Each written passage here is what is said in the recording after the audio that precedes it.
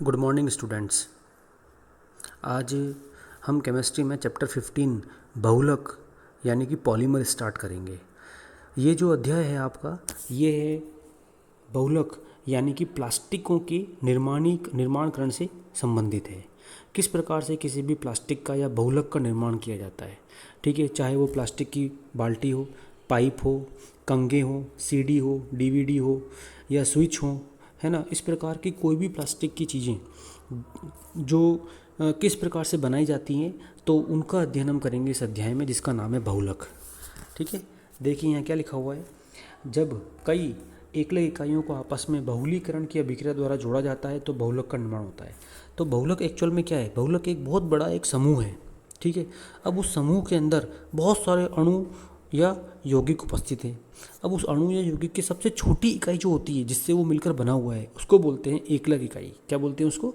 एकलक इकाई। वो आपको यहाँ नजर आ रही है। एकलक इकाइयों की बहुलीकरण अभिक्रिया होती है तो बहुलक बनता है। अब यहाँ पर एन एकलक इकाई है। एन का मतलब क्या हो गया? एन का मतलब कई सारी, लाखों, करोड़ों, इतनी सारी एकल इकाइयाँ आपस में जुड़ती हैं, बहुलीकरण की अभिक्रिया करती हैं, तो उससे बहुलक का निर्माण होता है। और बहुलक के यहाँ पे भी देखो आप, एन लगा हुआ है। ये देखिए, ये बहुलक के यहाँ पे एन लगा हुआ है ये, ठीक है। तो ये जो एन लगा हुआ है ना, इसका मतलब क्या है कि ये बहुलक में एकलक इकाइयों के मिलके ये बहुलक का निर्माण हो रहा है, ठीक है। बहुलकों को वृहद अणु भी कहते हैं। वृहद अणु इनका दूसरा नाम है। अतः सभी बहुलक वृहद अणु हैं, पर सभी वृहद अणु बहुलक नहीं होते। कहने का मतलब क्या है कि जितने भी बहुलक होते हैं ना, वो वृहद अणु ही कहलाते हैं। लेकिन कोई जरूरी नहीं है कि वृहद अणु बहुलक हों। वृहद अणु और दूसरी चीज़ें भी हो सकती हैं कोई, है ना। लेकिन सभी बहुलक तो क्या होते हैं? वृहद अणु ही होते हैं। बहुलकों को अपन वर्गीकरण देखते हैं। सबसे पहला वर्गीकरण है स्रोत के आधार पर। किस प्रकार के स्रोत के आधार पर बहुलकों का वर्गीकरण किया जाता है? पहला है प्राकृतिक बहुलक। प्राकृतिक बहुलक मतलब प्रकृति में पाए जाने वाले बहुलक। देखो, अब धीरे धीरे आपको चैप्टर समझ में आने लगेगा। प्रकृति में पाए जाने वाले बहुलक, जैसे प्रोटीन, प्रोटीन एक बहुलक है। सेलुलोज, स्टार्च, प्राकृतिक रबर जो कि लेटेक्स पौधे से या पेड़ से प्राप्त किया जाता है। तो ये चारों क्या है? प्राकृतिक बहुलक है, जो प्रकृति में पाए जाते हैं। प्रोटीन एक बहुलक है, ठीक है। नेक्स्ट देखिए, कृत्रिम बहुलक, जो पूर्ण रूप से मानव निर्मित है, उसको बोलते हैं कृत्रिम बहुलक। जैसे नायलॉन सुना होगा आपने, पॉलिस्टर के कपड़े होते हैं, पॉलीथीन होती है, टेफ्लॉन होता है, ये सारे क्या है? कृत्रिम बहुलक हैं, है ना। इनका प्रकृति से कोई लेना देना नहीं है, इनको मानव द्वारा निर्मित किया जाता है। फिर आता है आपके अर्धसंश्लेषित बहुलक। इसमें क्या होता है? इसमें दोनों होते हैं। इसमें प्रकृति से भी पाया जाता है और मानव निर्मित होता है, दोनों को मिला के बनाया जाता है, तो उसको बोलते हैं अर्धसंश्लेषित बहुलक। इसका उदाहरण है नाइट्रोसेल्यूलोज। ये एक प्रकार का बहुलक है जिसका उदाहरण क्या है? नाइट्रोसेल्यूलोज। तो इसमें जो नाइट्रो समूह है वो तो आता है कृत्रिम भाग से, और सेल्यूलोज वाला जो भाग है वो आता है प्रकृति से। तो इसका उदाहरण ये हो गया। दूसरा वर्गीकरण है एकलक इकाई के आधार पर, ठीक है। पहला तो अपन ने देखा स्रोत के आधार पर, दूसरा है एकलक इकाई के आधार पर। एकलक इकाई के आधार पर वर्गीकरण क्या क्या हो सकता है? समबहुलक। समबहुलक का मतलब इसमें एक ही प्रकार की एकल इकाइयाँ पाई जाती हैं या होती हैं, है ना। मतलब कि बहुलक बन रहा है तो बहुलक के अंदर केवल एक ही प्रकार की एकलक इकाई है। मान लो कोई एक बहुलक है AN, ये एक बहुलक है। इस बहुलक का निर्माण बहुलीकरण की अभिक्रिया द्वारा होता है। तो इसमें केवल ए लाखों करोड़ों ए के जो अणु हैं, ये ही आपस में जुड़ के N नंबर ऑफ ए, ये जितने भी ए है ये आपस में जुड़ के और AN का निर्माण करते हैं। मतलब इसमें एक ही प्रकार की एकल इकाई आती है, ठीक है। जैसे पॉलीथीन PVC, पॉलीविनाइल क्लोराइड को बोलते हैं PVC। फिर आता है आपके सहबहुलक। सहबहुलक में क्या आता है? एक से अधिक एकल इकाइयों से बने बहुलक को हम क्या कहते हैं? सहबहुलक कहते हैं। जैसे ब्यूना S, ब्यूना N, ये इनका अध्ययन अपन आगे करेंगे चैप्टर के अंदर। ये क्या चीज़ है? केवल आप अभी आप केवल नाम सुनो। Buena S, Buena N, nylon 6, ये जितने भी बहुलक हैं ये एक से अधिक एकल इकाइयों से बनते हैं। कैसे बनते हैं? देखो, मान लो मेरे पास में एक एकल इकाई है N, दूसरी मेरे पास में एकल इकाई है NB। तो Na और NB ये दो अलग अलग एकल इकाइयाँ हो गई। इन दोनों के जुड़ने से AB बनेगा, ABN, ठीक है। इस प्रकार से ये A और B है ना, ये अलग अलग हो गए। 3 भी हो सकते हैं, 4 भी हो सकते हैं, कितनी भी एकल इकाइयाँ हो सकती हैं। और अगर वो अलग अलग हैं तो वो उस प्रकार को कहेंगे हम सहबहुलक, ठीक है। अब आता है वर्गीकरण अभिक्रिया के आधार पर। अभिक्रिया के आधार पर कैसे? पहला है योगात्मक बहुलक, है ना। योगात्मक बहुलक, इसमें सभी एकल इकाइयाँ आपस में जुड़ती हैं, योग करती हैं बस। A को B से जोड़ दिया, B को C से जोड़ दिया, C को D से जोड़ दिया, आपस में जुड़ती जाएंगी और वो आपस में जुड़ के बहुलक का निर्माण करेंगी। कैसे करेंगे मैं आगे बताऊंगा आपको। PVC, पॉलीविनाइल क्लोराइड इसमें आएगा, पॉलीथीन भी इसमें आएगी, ठीक है। फिर दूसरा आता है इसी के अंदर अभिक्रिया के आधार के अंदर संघनन बहुलक। संघनन बहुलक में क्या होता है, इसमें एकल इकाइयों के आपस में जुड़ने पर छोटे समूह जैसे HCl या H2O बाहर निकलते हैं, आदि निकल जाते हैं। ठीक है, जैसे मान लो एकल इकाई है, कोई है कोई एकल इकाई है आपके M, ये एक एकल इकाई है ना, इसके N अणु प्लस एक और एकल इकाई है Z। इन दोनों एकलक इकाइयों के अणु आपस में अभिक्रिया करके बहुलक का निर्माण कर रहे हैं बहुलीकरण की अभिक्रिया द्वारा। तो M और Z जब जुड़ेंगे आपस में तो कोई ना कोई समूह बाहर निकल जाएगा इनमें से, जैसे वो HCl हो सकता है, जैसे वो जल हो सकता है। ऐसे अणु जब बाहर निकलते हैं तो इनका संघनन हो रहा है, बाहर निकल रहे हैं। तो ऐसे बहुलकों के निर्माण की अभिक्रिया संघनन बहुलक कहलाती है। और जब वो आपस में जुड़ेंगे तो उसको कहेंगे योगात्मक बहुलक। ठीक है, इनके उदाहरण में नाइलॉन 6 और नाइलॉन 6 आ रहे हैं। दोनों का नाम अलग अलग है, नाइलॉन 6 अलग है और नाइलॉन 6 अलग है। 6 और 6 के बीच में कोमा आएगा। फिर आता है संरचना के आधार पर बहुलक। रेखीय बहुलक। रेखीय बहुलक में क्या होता है, एकल इकाइयाँ आपस में जुड़कर रेखीय श्रृंखलाएं बनाती हैं। जैसे ये आपके दिख रही हैं, ये रेखीय श्रृंखला, ये रेखीय श्रृंखलाएं आपस में जुड़ी हुई नहीं हैं, ये आपस में दूर दूर हैं, लेकिन एक लंबे फाइबर का निर्माण कर रहे हैं, रेशों का निर्माण कर रहे हैं, तो इसको बोलते हैं रेखीय श्रृंखला, रेखीय बहुलक। पॉलिस्टर इसके अंदर आता है, पॉलीथीन इसके अंदर आती है, नाइलॉन इसके अंदर आता है। ये इनके उदाहरण हैं। इस चैप्टर में आपको परिभाषा और उदाहरण पढ़ने हैं मेन तो। फिर आता है आपके शाखित बहुलक। इनमें क्या होगा, शाखा निकली होंगी। शाखित श्रृंखलाओं में आदि शाखा उपस्थित होती हैं। जैसे ये आप देखो, जैसे एक ये बना हुआ है, इसमें एक शाखा बन गई, एक ऊपर बन गई, एक नीचे बन गई, एक ऐसे ऊपर बन गई, एक नीचे बन गई। शाखा का मतलब क्या हुआ, जैसे अपन ने कोई समूह लिख दिया CH3 CH3, अब इसके नीचे भी एक शाखा आ रही है CH3 ऐसे, तो ये क्या हो गई, एक शाखा हो गई। ऐसे इसके अंदर शाखा होती है तो उसको बोलते हैं शाखित बहुलक। ये किसमें होता है, स्टार्च के अंदर जो प्राकृतिक बहुलक है, ग्लाइकोजन जो कि प्राकृतिक बहुलक है, LDP को बोलते हैं अल्प घनत्व पॉलीथीन, इंग्लिश में बोलते हैं इसको लो डेंसिटी पॉलीथीन। ठीक है, ये तीनों बोलते हैं शाखित श्रृंखला बहुलक। फिर आता है आपके तिर्यक बंध जाल क्रम बहुलक। तिर्यक बंध जाल क्रम बहुलक, इसमें सभी रेखीय श्रृंखलाएं आपस में जुड़ी रहती हैं, जैसे बेकेलाइट और मेलेमाइन। इसमें क्या होता है देखो, जैसे हमने ये जो ऊपर बनाया है ना अभी, ये वाला हमने जो ऊपर बनाया है, इसमें ये जो शाखाएं निकल रही हैं ना, ये शाखाएं आपस में जुड़ जाती हैं, दोनों लाइनों से ऐसे जुड़ी हुई रहती हैं, लाइनों से इस प्रकार की। मैंने वो चित्र नहीं बनाया उसके अंदर, आप बना लेना। तो तिर्यक बंध जालक में ये वाला बनेगा इसका चित्र। ठीक है, तो इसमें शाखाएं आपस में जुड़ जाती हैं, इससे क्या होता है, बहुलक बहुत मजबूत बन जाता है। ठीक है, जैसे बेकेलाइट से स्विच का निर्माण किया जाता है ना। जैसे कुकर के हैंडल है, पकड़ने के जो हैंडल होते हैं, है ना, उनका निर्माण किया जाता है बेकेलाइट से। इस प्रकार से बहुत मजबूत चीज़ें बनाई जाती है बेकेलाइट के द्वारा। बेकेलाइट एक बहुलक है। फिर आता है आपके तापमान व्यवहार के आधार पर बहुलीकरण, 5वां वर्गीकरण है ये, थर्मोप्लास्टिक बहुलक। थर्मोप्लास्टिक बहुलक में क्या आएगा, ये गर्म करने पर मुलायम व ठंडा करने पर कठोर हो जाते हैं, जैसे पॉलीथीन, टेरिलीन आदि। जैसे खिलौने, है ना, मान लो खिलौने हैं, खिलौने पुराने हो गए, आपने रद्दी में बेच दिए उसको, तो रद्दी में बेचने के बाद क्या होगा, उनको वापस पिघला के और नया रूप दे दिया जाएगा। तो ऐसे बहुलक आते हैं थर्मोप्लास्टिक के अंदर। दूसरा होता है थर्मोसेटिंग। थर्मोसेटिंग का मतलब ये है कि एक बार अगर उस बहुलक का निर्माण कर दिया, वे बहुलक जिन्हें एक बार गर्म करके स्थायी आकार दिया जाता है और पुनः उपयोग में नहीं लिया जा सकता है, वो होते हैं बेकेलाइट और मेलेमाइन। अब जैसे आपके पास में स्विच है, स्विच को आप गर्म नहीं कर सकते, तार है, वायर को आप गर्म करोगे तो उसको पिघलाओगे तो पिघलता ही नहीं, वो ख़राब हो जाता है वो। तो इस प्रकार के बहुलक को हम कहते हैं थर्मोसेटिंग प्लास्टिक। थर्मोसेटिंग मतलब एक बार जिसको सेट कर दिया वो वापस रीमोल्ड नहीं किया जा सकता, उसको वापस नहीं बनाया जा सकता है। ठीक है, छठा वर्गीकरण है अंतराण्विक बलों के आधार पर। अंतराण्विक बलों का मतलब, पहला है इसके अंदर प्रत्यास्थ बहुलक, इन्हें रबर भी कहते हैं। प्रत्यास्थ बहुलक, इन्हें रबर, जो अपन रबर बिगाड़ने के लिए काम में लेते हैं ना, और टायर बनते हैं इनसे, वो। इनमें बहुलक श्रृंखलाएं आपस में दुर्बल अंतराण्विक बलों द्वारा जुड़ी रहती हैं, मतलब ज़्यादा मजबूत बंध नहीं होता है इन बहुलकों के अंदर, है ना। पॉलीथीन को आप खींचो, पॉलीथीन खींच जाती है, रबर को आप मोड़ो, मुड़ जाता है, टायर को आप खींचो, टायर खींच जाता है। ठीक है, वो तो इस प्रकार के बहुलक होते हैं जो प्रत्यास्थ बहुलक होते हैं। इनमें अंतराण्विक बल जो होते हैं ना, वो ज़्यादा मजबूत नहीं होते हैं।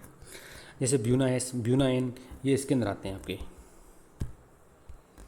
ठीक है, ब्यूना एन, नियोप्रीन का दूसरा नाम है प्राकृतिक रबर। फिर आता है आपके रेशे का मतलब, इन्हें धागा कहते हैं।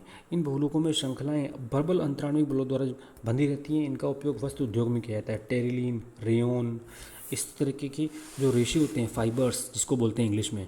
तो ये अंतराण्विक बलों के आधार पर दो हो गए, प्रत्यास्थ बहुलक और रेशे।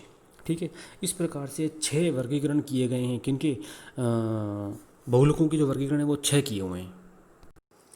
अब देखिए, अब हम पढ़ रहे हैं बहुलीकरण की विधियाँ। बहुलीकरण की विधियों को मतलब किन किन विधियों से बहुलकों का निर्माण किया जाता है, प्लास्टिकों का निर्माण किया जाता है ना। तो बहुलीकरण की विधियाँ हैं, किन किन रासायनिक अभिक्रियाओं में क्या क्या विधियाँ होती हैं, क्या क्या कार्य विधि होती है उनकी, वो अपन क्रिया विधि क्या क्या होती है, ठीक है। बहुलीकरण की प्रमुख दो विधियाँ हैं। पहला है योगात्मक बहुलीकरण, दूसरा है संघनन बहुलीकरण, ठीक है। अब योगात्मक बहुलीकरण पहले पढ़ते हैं अपन। योगात्मक बहुलीकरण असंतृप्त एकलक अणु परस्पर योगात्मक अभिक्रिया द्वारा योगात्मक बहुलीकरण का निर्माण करते हैं, ठीक है। असंतृप्त का मतलब क्या होगा, जिनके अंदर द्विबंध या त्रिबंध पाए जाते हैं, ठीक है, योगात्मक बहुलीकरण का निर्माण करते हैं। क्रियाकारी अणु की प्रकृति अनुसार योगात्मक बहुलीकरण दो प्रकार के होते हैं, ठीक है। दो प्रकार की थी, मुख्यतः दो थे, योगात्मक और संघनन। अब योगात्मक में भी दो होंगे, वो कौन कौन से होंगे देखो। मुक्त मूलक योगात्मक बहुलीकरण अभिक्रिया, मुक्त मूलक योगात्मक बहुलीकरण अभिक्रिया। दूसरी है आयनिक योगात्मक बहुलीकरण अभिक्रिया, मतलब एक में तो बनेंगे मुक्त मूलक फ्री रेडिकल, और दूसरे के अंदर बनेंगे आयनिक योगात्मक अभिक्रिया, आयन बनेंगे। अब इसमें से हम पहला पढ़ते हैं, मुक्त मूलक योगात्मक बहुलीकरण अभिक्रिया। पहले के अंदर क्या होता है देखो, इनके अंदर अलग अलग पद होंगे। पहला होगा श्रृंखला प्रारंभन पद, मतलब कि अपन बहुलक का निर्माण कर रहे हैं, रासायनिक अभिक्रिया होता है, तो कैसे वो अभिक्रिया स्टार्ट होगी। तो पहला है श्रृंखला प्रारंभन पद। अभिक्रिया का प्रारंभन किसी परोक्साइड उत्प्रेरक से होता है, जैसे बेंजोइल परोक्साइड। एक उत्प्रेरक चाहिए हमको इसके लिए, और उत्प्रेरक का नाम क्या है, परोक्साइड उत्प्रेरक होना चाहिए। परोक्साइड का मतलब क्या है, ऐसा उत्प्रेरक जिसके अंदर ये वाला बंध उपस्थित हो, ऑक्सीजन ऑक्सीजन। आपकी 11वीं में आया था ना हाइड्रोजन परोक्साइड, उस तरीके से, ठीक है। तो हम जो परोक्साइड काम में लेते हैं वो कौन सा परोक्साइड है, यहाँ पर बेंजोइल परोक्साइड, ठीक है। ये श्रृंखला प्रारंभन पद है, देखो ये हम श्रृंखला प्रारंभ करते हैं। ये हमने ले लिया बेंजोइल परोक्साइड, आर और आर समूह लगा दिया हमने यहाँ पे, ठीक है। ये हम बेंजोइल की जगह कोई दूसरे समूह भी ले सकते हैं, इसलिए हमने 2 आर समूह लगा दिए। ये हमने बीच में ऑक्सीजन बना दिया, ये वाला बंध यहाँ से टूटता है। यहाँ से टूटने के बाद में इसमें 2 मुक्त मूलक बनते हैं। मुक्त मूलक के ऊपर हमेशा एक डॉट लगाया जाता है, ये मूलक का प्रतीक है, ठीक है। तो इसमें 2 RO बन गए। अब क्या होता है, हमने असंतृप्त यौगिक लिया, हमने असंतृप्त यौगिक क्या लिया यहाँ पे, ethene, CH2 double bond CH2 ethene लिया। इससे एक मुक्त मूलक अभिक्रिया करेगा। यहाँ पे आपको मुक्त मूलक लगाना है इस RO के ऊपर, ठीक है। एक ही मुक्त मूलक लगाना है, दो मत लगाना। इस तरीके से मैंने लगा दिया, लो ये RO मुक्त मूलक। इस RO मुक्त मूलक ने एल्कीन से अभिक्रिया की। एल्कीन से अभिक्रिया करोगे तो क्या होगा, देखो मैं आपको बताता हूँ। इसके अंदर सबसे पहले क्या होता है, एल्कीन से अभिक्रिया करने के बाद में एल्कीन में 2 बंध है ना, CH2 डबल बॉन्ड CH2। अब क्या होगा, एक बंध इसमें से टूट जाएगा, जो एक होता है सिग्मा बंध, एक होता है पाई बंध। पाई बंध जो होता है वो दुर्बल होता है, वो टूट जाएगा। जैसे ही इसमें से एक पाई बंध टूटेगा, है ना, तो पाई बंध टूटने के बाद क्या होगा, एक ही बंध रह जाएगा। अब एक पाई बंध टूटेगा, उसमें से 2 इलेक्ट्रॉन मुक्त होंगे, एक ये वाला और एक ये वाला, ठीक है। ये वाला जो इलेक्ट्रॉन है ये जुड़ जाएगा इस R वाले मुक्त मूलक से, जो इसके ऊपर मुक्त मूलक था ना, इससे जुड़ जाएगा ये, और इसमें एकल बंध रह जाएगा और एक मुक्त मूलक CH2 के ऊपर रह जाएगा। इस तरीके से देखो ये रहा, ये आपको दिखाई दे रहा है RO CH2 और CH2 मुक्त मूलक, CH2 के ऊपर एक मुक्त मूलक रह गया। यहाँ से श्रृंखला प्रारंभ हो गई है। अब क्या होता है, श्रृंखला संचरण पद आता है, श्रृंखला आगे बढ़ती है, श्रृंखला का संचरण पद। श्रृंखला संचरण पद में क्या होता है, अभी आपने जो ऊपर ये बनाया था वो ये रहा, इसकी अभिक्रिया फिर से हमने दूसरे एल्कीन से करा दी, CH2 D1 CH2 से करा दी। इसमें भी क्या होगा, यहाँ से एक एकल बंध टूटेगा, क्या होगा, ये वाला जो एकल बंध है ये टूटेगा, ये एकल बंध टूटेगा, एक ही बंध टूटेगा, यहाँ पे एक मुक्त मूलक बनेगा, यहाँ पे एक मुक्त मूलक बनेगा, ये वाला मुक्त मूलक इससे जुड़ जाएगा। तो देखो जुड़ गया आगे RCO CH2 CH2 CH2, last वाले के ऊपर एक मुक्त मूलक बचा हुआ है, वो ये बचा हुआ है। श्रृंखला स्टार्ट हो गई है बनना, जब श्रृंखला लंबी होती जा रही है आगे से आगे। अब आपने फिर से क्या किया, इस वाले यौगिक को यहाँ पे ले आए, ये वाला यौगिक ये रहा, इसके भी फिर से करा दी CH2 D1 CH2 से। अब हमने N लगा दिया यहाँ पे, मतलब लाखों करोड़ों अपन CH2 D1 CH2 से अभिक्रिया आगे बढ़ाते जा रहे हैं आगे से आगे अभिक्रिया। तो क्या होगा, हमें ये यौगिक प्राप्त होगा RO CH2 CH2 कई बार रिपीट होगा, इसलिए हमने यहाँ पे N लगा दिया, N CH2 CH2, लास्ट में ये मुक्त मूलक बचेगा ही बचेगा। तो ये अभिक्रिया आगे से आगे बढ़ती जाएगी। अब क्या होगा, हमको इस अभिक्रिया को रोकना है, तो हमारे पास में क्या है, श्रृंखला समापन पद होना चाहिए। पहला था श्रृंखला प्रारंभन पद, दूसरा था श्रृंखला संचरण पद, जिसमें श्रृंखला आगे से आगे बढ़ती जाती है। जितना बड़ा बहुलक बनाना है, श्रृंखला संचरण पद को आगे बढ़ाते रहिए। अब आता है श्रृंखला समापन पद। श्रृंखला समापन पद में क्या होता है, श्रृंखला को समाप्त करना है आपको, ठीक है। मतलब कि अभिक्रिया रोकनी है, बहुलक बन गया है, हमको बंद करना है फैक्ट्री के अंदर। तो क्या करेंगे अपन, पहले श्रृंखला समापन पद में भी पहला है युग्मन। पहला क्या लिखा हुआ है, युग्मन लिखा हुआ है। 2 मुक्त मूलक इकाइयाँ आपस में जुड़ जाती हैं, जैसे देखो ये ऊपर ये बन रहा था ना आपके, ये वाला ये पूरा बन रहा था, ऐसी कैसी मान लो दूसरी नीचे भी हो यहाँ पे, तो इसमें क्या होगा, यहाँ पे CH2 होगा, ये दोनों मुक्त मूलक आपस में जुड़ जाएंगे। तो एक पूरी श्रृंखला ये वाली जो बनेगी ऊपर, ये बंद हो जाएगी, मतलब अभिक्रिया रुक जाएगी। जब तक मुक्त मूलक बचे रहेंगे, अभिक्रिया आगे से आगे बढ़ती रहेगी। आप मुक्त मूलक बंद कर दो, मुक्त मूलक का बनाना बंद कर दो, मुक्त मूलक को जोड़ दो, तो अभिक्रिया रुक जाएगी। जैसे देखो ये मैंने करा रखी है, एक ही वाला मुक्त मूलक लिया ऊपर वाला, जो अपन ने ऊपर लिया था अभी यहाँ पे, ठीक है, और एक ये को लिया, दोनों CH2 आपस में जुड़ जाएंगे। दोनों CH2 के ऊपर देखो डॉट लगा हुआ है, मतलब यानी कि मुक्त मूलक है, तो ये दोनों आपस में जुड़ेंगे, जुड़ते ही अभिक्रिया बंद हो जाएगी, क्योंकि मुक्त मूलक बनना मुक्त मूलक ही क्रियाविधि का आधार होता है, वही आगे से आगे क्रिया बढ़ाता है, क्रिया करता है, है ना। मुक्त मूलक जो होता है वो क्रियाकारी है, मतलब क्रियाशीलता है, वो क्रियाशील होता है वो, इसलिए यहाँ पर अभिक्रिया रुक गई। अभिक्रिया को रोकने का दूसरा तरीका क्या है, श्रृंखला स्थानांतरण। ये श्रृंखला स्थानांतरण अभिक्रिया को रोकने का दूसरा तरीका है। मतलब कि आपके पास में ये मुक्त मूलक था, इसकी अभिक्रिया आपने मीथेन से करा दी। जैसे ही आपने इसकी मीथेन से अभिक्रिया कराई तो मीथेन में जो एक एच था, देखो मीथेन में क्या है, ऐसे चार हैं, चार हाइड्रोजन है, एक बंद टूटेगा यहाँ से, तो ये वाला जो एक हाइड्रोजन था, ये हाइड्रोजन यहाँ से हट के यहाँ लग जाएगा इसके ऊपर, तो ये तो बन गया CH3, और इसके ऊपर क्या रह गया, केवल ये CH3 बचे रहेगा, वो ये रहा CH3 मुक्त मूलक। ठीक है, इस प्रकार से हमने श्रृंखला स्थानांतरण कर दी। अब ये जो CH3 मुक्त मूलक बचा हुआ है ना, ये किसी काम का नहीं है, ये श्रृंखला को आगे नहीं बढ़ा सकता है।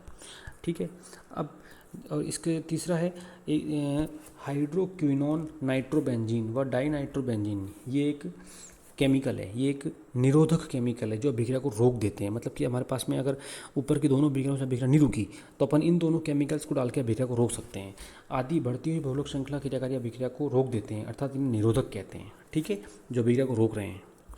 ये अपन ने पूरी पढ़ी है अभिक्रिया, कौन सी वाली, मुक्त मूलक योगात्मक अभिक्रिया, बहुलीकरण अभिक्रिया। अब हम पर पढ़ रहे हैं आयनिक योगात्मक बहुलीकरण अभिक्रिया। ठीक है, फिर से बता रहा हूँ आपको, ऊपर दो पढ़ी थी आपने, उन दोनों को फिर आपसे वर्गीकृत किया मुक्त मूलक और आयनिक के अंदर। अब अपन आयनिक पढ़ रहे हैं।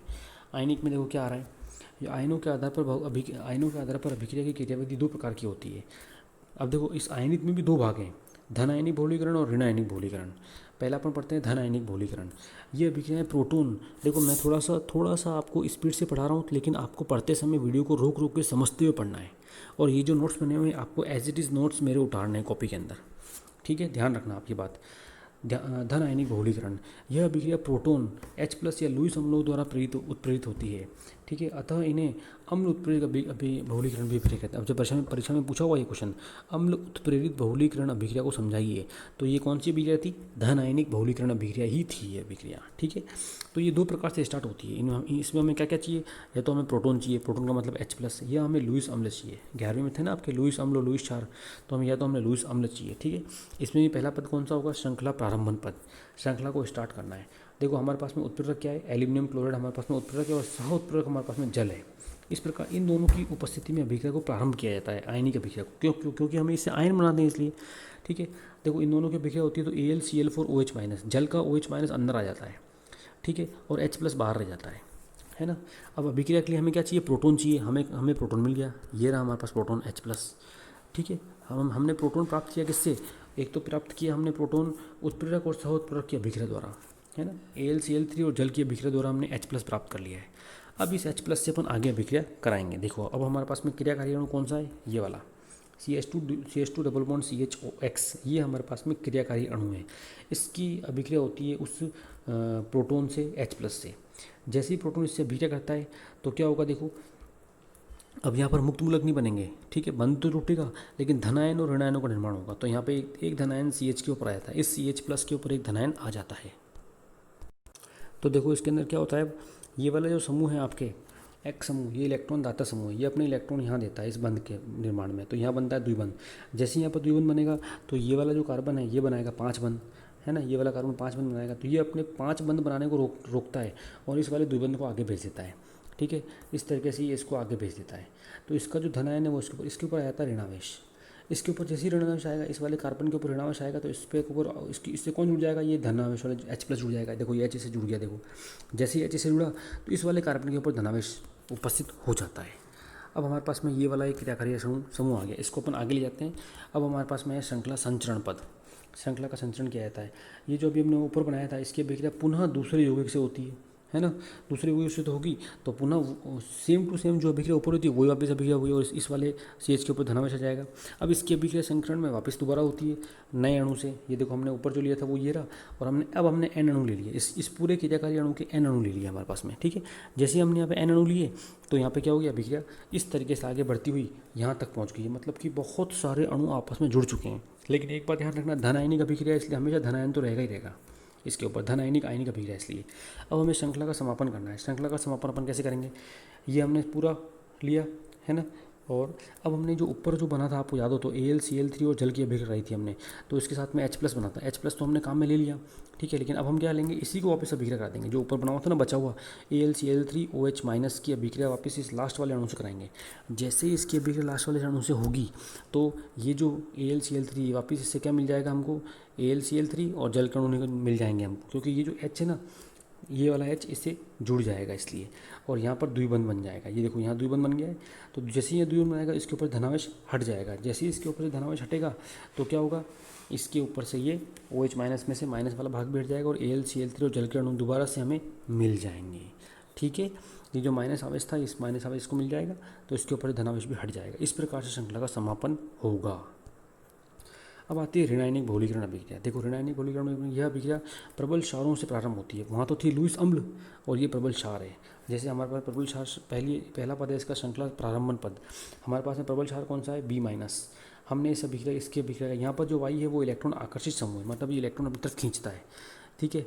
जब ये इलेक्ट्रॉन अपनी तरफ खींचेगा तो B- जो होगा ना, इसने अपने इलेक्ट्रॉन इधर खींचे तो ये इलेक्ट्रॉन इधर खींचेगा तो ये द्विबंध है, इस द्विबंध जो होगा वो एकल बंध में बदल जाएगा, ठीक है। और ये B इससे CH2 से जुड़ जाएगा, लेकिन इस बार इस CH के ऊपर आएगा माइनस आवेश, क्योंकि ये इलेक्ट्रॉन आकर्षित समूह है इसलिए। अब हमारे पास में जो क्रियाकारी अणु है वो ये वाला है, ठीक है। ये श्रृंखला का समापन, श्रृंखला का प्रारंभ इसने कर दिया है। अब हम कर रहे हैं श्रृंखला का प्रारंभ के बाद में श्रृंखला का संचरण कर रहे हैं। देखो ये हमने ऊपर वाला अणु लिया, इसकी अभिक्रिया पुनः इस CH2 से कराई तो ये वाला यू बना, यहाँ पे माइनस आवेश आ गया। जैसे अभी क्योंकि ऋणायनिक बहुलीकरण अभिक्रिया तो यहाँ पे माइनस आवेश आएगा। इस ऋणात्मक बहुलीकरण की अभिक्रिया से हमने वापस N अणु की अभिक्रिया कर दी, ये हमने N अणु ले लिए। N अणु लेंगे तो क्या होगा, ये एक बहुत बड़ा यौगिक बन जाएगा। ये देखो बहुत बड़ा यौगिक है। अब इसकी अभिक्रिया हम क्या करना है, हमको समाप्त करनी है, इस अभिक्रिया को समाप्त करना है। तो श्रृंखला समापन पद में क्या होगा, हमें इसकी अभिक्रिया H+ से करानी पड़ेगी। देखो धनायनिक अभिक्रिया में क्या होता है मैं आपको बताता हूँ। धनायनिक जो ये अभिक्रिया थी आपके धनायन वाली, इस धनायनिक अभिक्रिया को समापन करने के लिए हमें कोई ऋणायन चाहिए होता है। ये हमारे पास मेरा ऋण जो हमने ऊपर काम में लिया था। लेकिन अब हमको क्या करना है, ऋणायनिक बहुलीकरण अभिक्रिया है, तो ऋणायनिक बहुलीकरण अभिक्रिया को खत्म करने के लिए हमें कोई चाहिए धनायन, तो हमने लिया धनायन, ये रहा H+। जब हम इस पर H+ को लेंगे तो ये अभिक्रिया यहाँ रुक जाएगी, मतलब अभी उत्पाद जो है वो पूरा बन चुका होगा ये वाला। इस प्रकार से हम धनायनिक और ऋणायनिक अभिक्रियाओं द्वारा आयनिक बहुलीकरण अभिक्रियाओं को बना सकते हैं, उनकी क्रिया करा सकते हैं। अब आता है आपके नेक्स्ट नंबर पे संघनन बहुलीकरण। एकलक इकाइयाँ, एकलक जिनमें 2 या 2 से अधिक क्रियात्मक समूह होते हैं वे संघनन बहुलीकरण अभिक्रिया करते हैं। आपको मैंने ऊपर बताया था वर्गीकरण के अंदर, संघनन में क्या होगा, कोई भी एक चीज़ बाहर निकलेगी, जल का अणु निकलेगा बाहर या HCl अणु को बाहर निकलेगा। जैसे हम निकालते हैं पॉलिस्टर का निर्माण कर रहे हैं, जो कपड़ों का निर्माण करता है ना, जैसे कपड़े बनते हैं पॉलिस्टर के कपड़े आते हैं।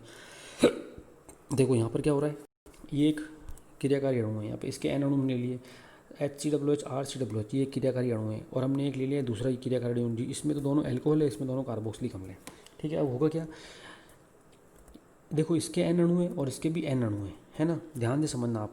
इन दोनों के N अणु का मतलब क्या हुआ, ये ROH और आगे भी इधर भी है, इधर भी है, इधर भी है, ये भी उसके पीछे बहुत सारे ऐसे है ना। तो हर एक R इसका, फिर एक बार वापस समझाता हूँ मैं आपको, इस पूरे यौगिक में से हमेशा एक से तो निकलेगा H, एक तरफ से निकलेगा आपके H, एक तरफ से निकलेगा OH। इसमें भी एक तरफ से H निकलेगा और एक तरफ से निकलेगा OH, क्योंकि जल का निर्माण करना है ना आपको, इसलिए।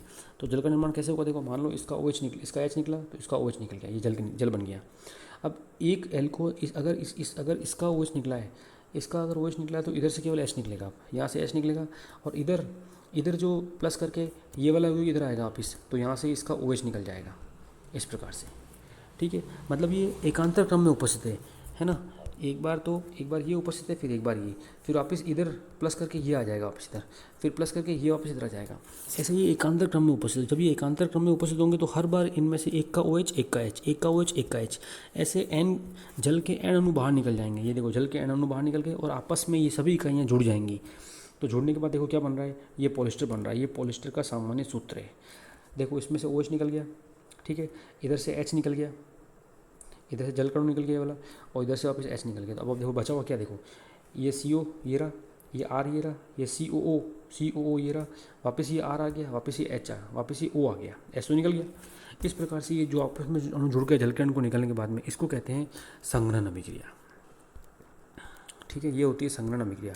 अब हमें मान लो एमाइड का निर्माण करना है, ये तो हमने किया था पॉलिस्टर का निर्माण उदाहरण के तौर पर। अब हमें निर्माण करना है पॉली एमाइड का निर्माण। एमाइड के अंदर क्या होगा, एमीन समूह आएगा। अब देखो इसके अंदर भी जल का अणु कैसे निकलेगा, ये एक क्रियाकारी अणु तो ये रहा, दूसरा क्रियाकारी अणु ये रहा, तो इसका तो OH, इसका OH और इसका H निकल जाएगा। इधर से इसका H और इधर वाले भाग से इसका OH, इधर से इसका H और इधर वाले भाग से NH2 का H, NH इसका OH और इसका H NH2 का, तो हर बार एक जल का अणु बाहर निकलेगा। तो देखो आप यहाँ पे ये NH रह गया, ये R या ये NH रह गया, इसमें से एक जल का अणु निकल गया, इसलिए ये CO वाला भाग ये रहा, ये R ये रहा और एक CO भाग ये रहा। इस प्रकार से यहाँ पर अलग अलग अणु जुड़कर और ये इसने बनाया पॉलीएमाइड। ये पॉलीएमाइड बन गया क्योंकि इसके अंदर NH समूह आ रहा है, इसलिए ये पॉलीएमाइड प्रकार का बहुलक है। इसलिए इस प्रकार से बहुलकों का वर्गीकरण की विधियाँ हैं जो भी मैंने आपको पढ़ाई हैं। बहुलकों के वर्गीकरण के बाद अब हमारा जो नेक्स्ट टॉपिक है वो है बहुलकों का आणविक द्रव्यमान ज्ञात करना। हम किस प्रकार से किसी भी बहुलक का आणविक द्रव्यमान ज्ञात करेंगे। जैसे जल का हमने आणविक द्रव्यमान ज्ञात किया तो वो कितना आया, 18 आया। ऐसे हम किसी भी बहुलक का जिसके अंदर लाखों करोड़ों क्या उपस्थित है, एकलक इकाइयाँ उपस्थित है, उनको जोड़ के हम उनका आणविक द्रव्यमान ज्ञात कर सकते हैं। ठीक है, तो हमें उनकी संख्या पता होनी चाहिए कि कितने हैं वो, है ना, वो हमको पता होनी चाहिए, उससे हम निकाल सकते हैं। देखो क्या लिखा हुआ है यहाँ पर, बहुलक के गुण उनके आणविक द्रव्यमान, आकार और संरचना से संबंध होते हैं। आणविक आकार पता होना चाहिए, आकार क्या है उनका, रेखीय आकार है या गोलाकार है, कैसे हैं वो, या फिर उनकी संरचना क्या है उन बहुलकों की। ठीक है, बहुलक में उपस्थित एकलक अणुओं की संख्या को बहुलीकरण की कोटि कहते हैं। ये परीक्षा में 1 नंबर का क्वेश्चन आया हुआ है, बहुलीकरण की कोटि किसे कहते हैं। तो बहुलक में उपस्थित एकलक अणुओं की संख्या, कितने एकलक अणु भाग ले रहे हैं, उसको हम कहते हैं बहुलीकरण की कोटि। बहुलक के आणविक द्रव्यमान 2 प्रकार से ज्ञात कर सकते हैं। पहला है संख्या औसत अणुभार, पहला के अंदर संख्या औसत अणुभार MN बार, M कैपिटल N स्मॉल के ऊपर बार लगा हुआ है, संख्या औसत अणुभार। किसी बहुलक नमूने में उपस्थित सभी अणुओं की कुल सहति को अणुओं की संख्या से विभाजित करने पर प्राप्त परिणाम की संख्या को औसत अणुभार, संख्या औसत अणुभार कहते हैं। देखो कैसे ज्ञात करते हैं इसको। जैसे अगर आपके पास में यदि किसी बहुलक में अणुओं की संख्या कितनी है, N है, तो N1 अणुओं का अणुभार M1, N2 अणुओं का अणुभार M2, N3 अणुओं का अणुभार N3 और Mi का कितना हो जाएगा, Mi हो जाएगा। कहने का मतलब क्या हुआ, जैसे आपके पास में एक कोई बहुलक जो है वो 2 एकलक इकाइयों से मिलकर बना हुआ है ना, जिसके अंदर 2 एकलक इकाइयाँ आपस में, तो N1 तो हो गई एक, N2 हो गई दूसरी, तो N1 का अणुभार कितना हो गया M1, N2 का कितना हो गया M2, ऐसे चाहे मान लो कितनी भी हो, तो Ni का कितना हो जाएगा, Mi हो जाएगा। अब हम क्या निकाल रहे हैं आगे देखो, सभी अणुओं की कुल सहति मतलब भार कितना हो गया, N1 M1 plus N2 M2 plus M3 M3 plus N3 M4 N4 M4, ऐसे पता लग जाएगा हमको उसका कुल भार। कुल संख्या कैसे निकालेंगे, कुल संख्या इधर आ रही थी N1 N2, तो N1 plus N2 plus N3 plus N4 ऐसे निकाल देंगे कुल संख्या। तो MN बार का जो सूत्र होता है वो क्या होता है, ये है आपके सामने देखो, MN बार इक्वल टू, आपको ऊपर तो लिखने हैं कुल भार और नीचे लिखनी है कुल संख्या, तो ये आपके सामने आएगा सूत्र ये वाला, N1 M1 plus N2 M2 plus ये वाला अपॉन N1 प्लस M2, तो फाइनल आंसर आपके सामने ये आएगा। तो आपको ये वाला जो सूत्र है ये याद होना चाहिए। अगर आपको ये याद है तो आप न्यूमेरिकल कर सकते हो इसका, एक न्यूमेरिकल कई बार पूछा हुआ है इसका। सेकंड नंबर पे आता है भार औसत अणुभार। भार औसत अणुभार का जो सूत्र है वो ये वाला आता है। इसमें क्या करना है, देखो भार के साथ में अणुभार आ रहा है, MW बार आ रहा है, तो आपको इसमें 2 बार स्क्वायर करने हैं। क्या लिखा हुआ है देखो इसके अंदर, यहाँ लिखा हुआ है N1, अपन ने ऊपर लिया था N1 M1, यहाँ पे आपको N1 M1 का स्क्वायर, N2 M2 का स्क्वायर, M3 N3 का स्क्वायर, Ni Mi का स्क्वायर। नीचे भी आपको 2 बार लेना है। Ni पहले तो आपने केवल संख्या के आधार पर लिया था, तो N1 plus N2 plus N3 plus N4 किया था। यहाँ पे क्या करना है आपको, N1 M1 N2 M2 N3 M3 N4 M4 Ni Mi, ऐसे आपको करना है। तो इसका फाइनल सूत्र निकलता है वो ये निकलता है, MW bar equal to summation of Ni Mi का square upon summation of Ni Mi। ये 2 सूत्र आपको याद रखने हैं, संख्या के आधार पर और भार के आधार पर। एक हम क्वेश्चन सॉल्व करते हैं। देखो, किसी बहुलक के नमूने में 20 अणुओं का अणुभार 20,000, 40 अणुओं का अणुभार 30,000 व 20 अणुओं का अणुभार 40,000 है ना। इसमें आपको MN बार और MW बार ज्ञात करना है। ठीक, पहले क्वेश्चन समझो, आपको क्वेश्चन समझ में नहीं आया है, पहले आप क्वेश्चन समझो। आपके पास में कोई एक बहुलक है जो 3 एकलक इकाइयों से मिलकर बना हुआ है, A, B और C। ये 3 एकलक इकाइयों से बने हुए हैं। A के तो हैं 20 अणु, B के हैं 40 अणु और C के कितने अणु हैं, वापिस से 20 अणु। अब 20 अणुओं का जो अणुभार है वो आ रहा है आपके 20,000, ठीक है। 40 अणुओं का अणुभार कितना आ रहा था? 30,000। और लास्ट में 20 अणुओं का जो अणुभार आ रहा था वो आ रहा था वापस से 40,000। ऐसे आप अलग से कॉपी में लिख लेना।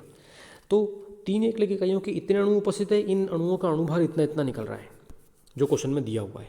ठीक है, ये देखिए 20 का तो 20,000, 40 का 30,000 और अन्य 20 का 40,000। अब सबसे पहले अपन सूत्र कौन सा लगाएंगे? एम एन बार वाला, संख्या वाला।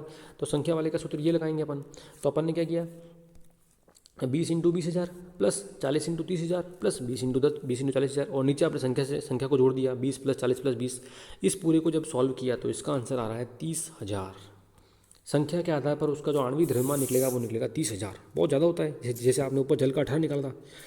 अब हम निकालते हैं भार के आधार पर। तो भार के आधार पर देखो, इसके अंदर आपको 2 बार गुणा करना पड़ेगा स्क्वायर के रूप में। 20 इंटू 20,000 का स्क्वायर किया पहले आपने, है ना। n1 m1 का स्क्वायर किया, फिर n2 m2 का स्क्वायर किया, n3 का स्क्वायर किया, और नीचे भी आपने n1 m2 किया, है ना। n1 m1, n2 m2 और n3 m3 किया। इस पूरे को आपने फिर सॉल्व किया। देखो ये कैलकुलेशन बहुत इजी है, लेकिन दिखने में बहुत इजी लग रही है, लेकिन एक भी जीरो की मिस्टेक हो जाती है तो फाइनल आंसर रॉन्ग निकलता है। इसलिए इस कैलकुलेशन को करने के बाद थोड़ी सी जल्दीबाजी नहीं रखनी है आपको, और ओवर कॉन्फिडेंस में नहीं आना है एग्जाम में। अरे ये क्वेश्चन बहुत ईजी होता है, हम जल्दीबाजी में इस क्वेश्चन को रॉन्ग कर देते हैं, क्योंकि यहाँ पे बहुत सारे जीरो आ रहे हैं। एक भी जीरो रॉन्ग हो गया तो सब चीज़ जीरो हो जाएगी। और इसका जो फाइनल आंसर निकलता है आपके सामने, वो निकलता है ये वाला 31,666 रुपये। ये आता है MW बार। ठीक है, ओके।